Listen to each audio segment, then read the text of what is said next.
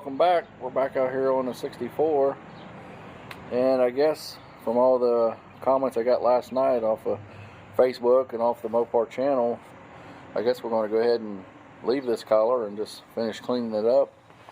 It cleaned up pretty good. I mean, I'm just half-assed trying to clean it up, and it's coming out really nice.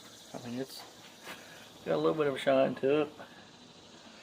I think today I'm going to work on this hood, see if I can't get it straightened up, get this rust marks off it, and get it looking like the fender does. And then on this fender here, I bought some different color paint, kind of similar to this. I'm going to try to match the color of it, or if there's anybody out there that might have a 64 fender, which I know is going to be probably nobody, but it's got a 64 fender of this color tan or whatever, without any trim holes, I would definitely be interested in the fender. But I know that'd be a long shot trying to find one, so we're just going to try to get this one sanded down and cleaned up, and we're going to try to just match the paint on it. But we're going to try to get the hood done today, maybe this cowl, work on it a little bit today, and then maybe go down the sides of these doors. But it's pretty oxidized. I mean, this roof is, I hope it shines up like that fender did. But it's actually, I mean, it's weird, it looks totally different with that fender buffed out like that. I don't know. I actually it's kind of grown on me a little bit.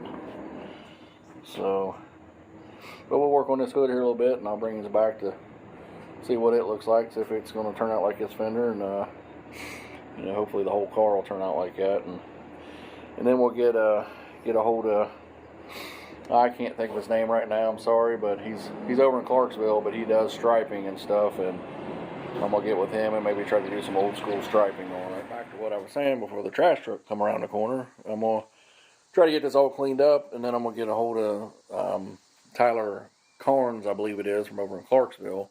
I couldn't think of his name a minute ago, but he does some super good work for striping and lettering and airbrushing and stuff, and maybe I'll get with him and do some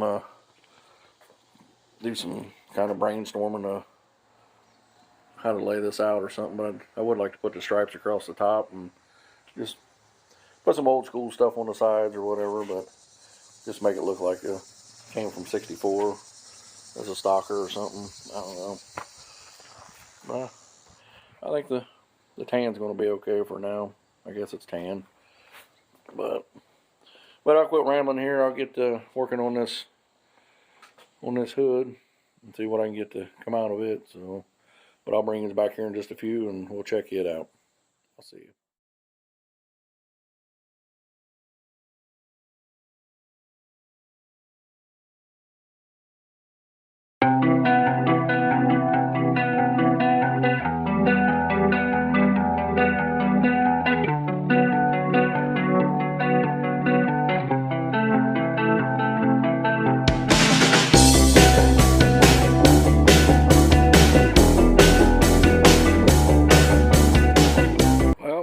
That took a minute. Came out better than I thought it was going to. I mean, it's not perfect, but it did shine up. It got most of the rust stains off the front of it from what it was. It's got a little bit of shine to it, but it really needs like a clay bar or something taken to it. But for what I'm doing, I just wanted to knock the oxidation off of it. I can say that right, but I guess you can tell a little difference in it from looking at the door, looking at the front end. But I mean, that's a long ways to go. Jeez. But no, I think it's gonna be okay. Be alright for now anyway. I think we'll just leave it alone. We'll finish waxing and buffing it, and hopefully get the distributor Sunday and get this wiring all hooked up, and we'll get this thing fired up. So, but we are gonna, I have decided I'm gonna go ahead and pull the tranny and the rear end and get them swapped out for, you know, I got a newer style tranny, not this push button tranny. We'll put it in it with new converter and have the tranny rebuilt, just going through. I mean, it worked okay in my other 64 Dodge, the double trouble car, but so I'll have it freshened up because I'm going to put a new converter in it, and we're going to put the 410 in it. We're going to put this rear end in it, this A-body. I'll probably have to order some spring pad perches. I'm sure they're not the same. I need to measure them, but I know they're different. I'll put this in there. I gotta get some of them spacers and nuts for the studs, because I am going to get some more aluminum stars for the rear. Here, maybe just a little bit. I'm going to change the front wheels and put the aluminum stars on it and see if that helps it a little bit. But I don't know, I keep saying I'm putting aluminum stars on it, but I might end up putting, instead of dark center torque thrust on it, with steel wheels on the back. I don't know. I might put the aluminum stars on it, but that tire is a little short.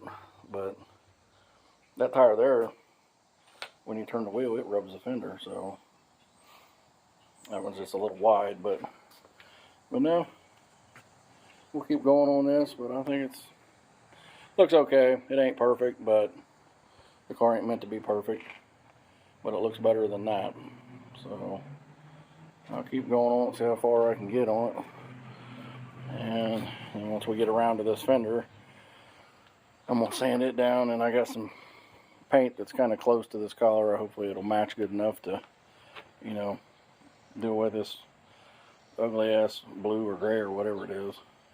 But like I say, if anybody's got a 64 Plymouth fender with no trim holes, or even if it did have the trim holes, but if it was this collar tan or off-white almond, whatever it is, I'd be interested in it. But I guess I'm going to go ahead and paint this one. That's about all I can do to it, because I don't think I'll be able to get all this paint on top off. That's the same color underneath, but I don't know if somebody's painted some blue or gray or something on it. It looks like crap. So, but there's the hood. I'm going to keep going down the other side, I guess. I'm going to start on that other door. It's good enough for now. Like I say, it needs like clay bar to really get it to shine. I mean, it shines, but it's not that crystal clear shine. But this paint's older than I am, so it ain't gonna shine like a new Challenger, but it'll shine good enough for a old nostalgia super stock car. All right, well, we'll get back to working on this door, and I'll bring you back here in just a few.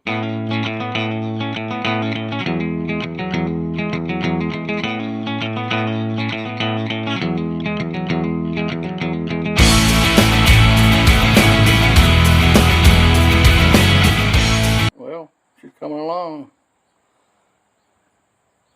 I think I'm gonna go ahead and change this wheel out. I just want to see what that aluminum star looks like on it, but it's getting there. And it's coming out. Like I said, it ain't perfect, but it's way better than it was.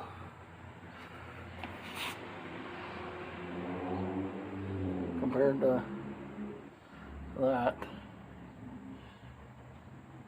Man, that is just ugly. But eventually it'll be like this. Alright, I'm gonna get this wheel on here and see if I want to go with that or not. But just let me know if you guys think I know I'm not using this Raider wheel, but like a dark center torque thrust, or I'm gonna put this aluminum star on here in a minute and see what everybody thinks. Probably better.